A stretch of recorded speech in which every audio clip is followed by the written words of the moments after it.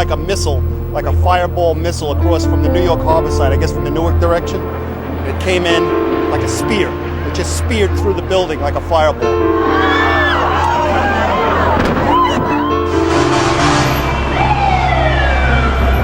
You know, you can see the cut of the incision into the building is sideways, so the plane was slightly on its side, and that's why it made me think maybe it was in distress. But then when it obviously hit, there was almost no doubt that it was intentional.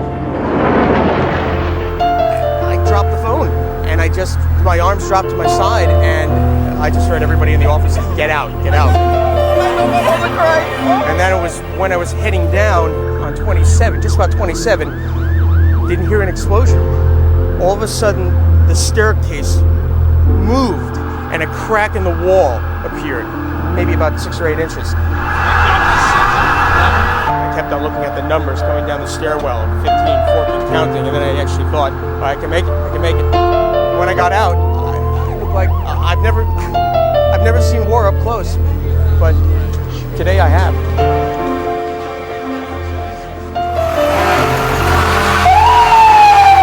I said that's going to go down like the first one, and it came down, and it was just this sound, this rumble, and this mass cloud coming at us. It was intense.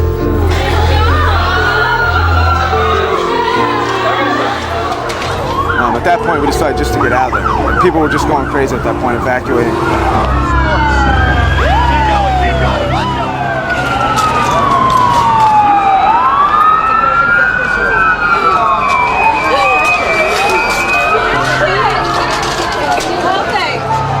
Go straight, this ambulance is about 100 feet ahead.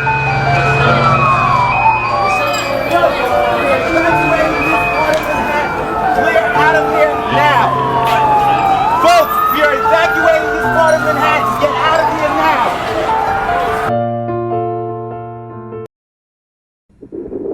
911, operator 110. Yes, I live in Staten Island. I'm sitting out front, and this plane, I'm telling you, it's so low. The second time it came around, I really expected it to land in the water. I mean, it's that low. I could see the Bayonne Bridge from my front door, and there's a fighter jet escorting it. But the second time, I have to tell you, it looked pretty low. I mean, it's banking really steeply, so I don't know what's going on with it, but I'm not one to make phone calls like this, but I was wondering if there's something wrong with it. 911 operator 131, what is your emergency? I'm in Jersey City, New Jersey, and we want to know what's going on because there's like planes, look, they're going inside the buildings, everybody's outside going crazy. There's what? It looks like planes are they're trying to go in the building, everybody's outside going crazy. What's trying to go in the building? They said like a plane was trying to go into one of the buildings. A plane? Yeah, but they don't know if it's federal practices they do in the air, but we're all outside by the Hudson, and we don't know what's going on here. There's no cops, nobody's telling us anything.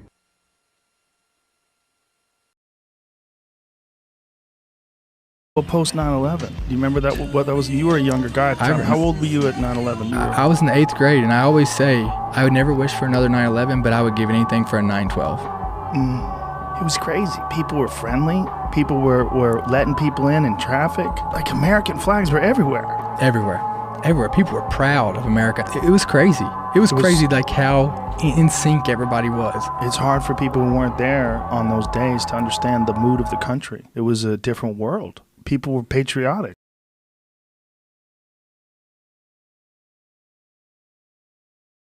Orders were to go upstairs in the North Tower for search and rescue.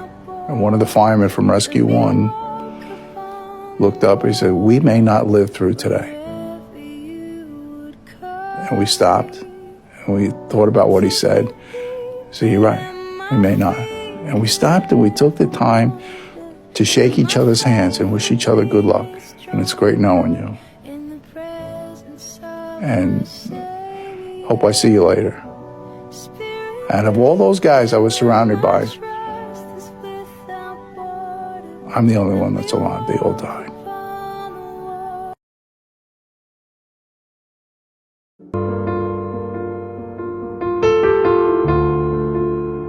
9/11 would become a date to remember. It's the job of a president is to protect the American people from harm. And some presidents don't need to worry about that, and some do. And it turns out I was one that did.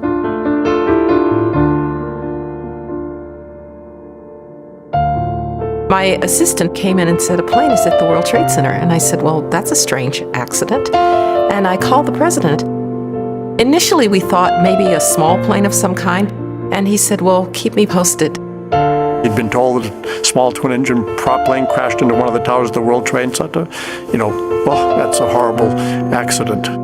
I was concerned, but I did not think of it as a national security threat. I remember when he came in, even as a 7-year-old, you know who the president is, right? And I remember even feeling that young feeling kind of starstruck and giddy, like I'm going to Disney World or something. And I put my hand over my heart. When you think about patriotic things when you're that little, you do the Pledge of Allegiance every day, and I literally put my hand over my heart. I asked my communicators if they could find a television. And at about 1 minute after 9, they came back in with a television set. So we brought CNN up. I was calling the White House Situation Room to talk to my senior duty officer. So I was chatting with him on the handset and watched the television as the rest of the country was watching the television at 9:03 when the second aircraft impacted into the second World Trade Center tower.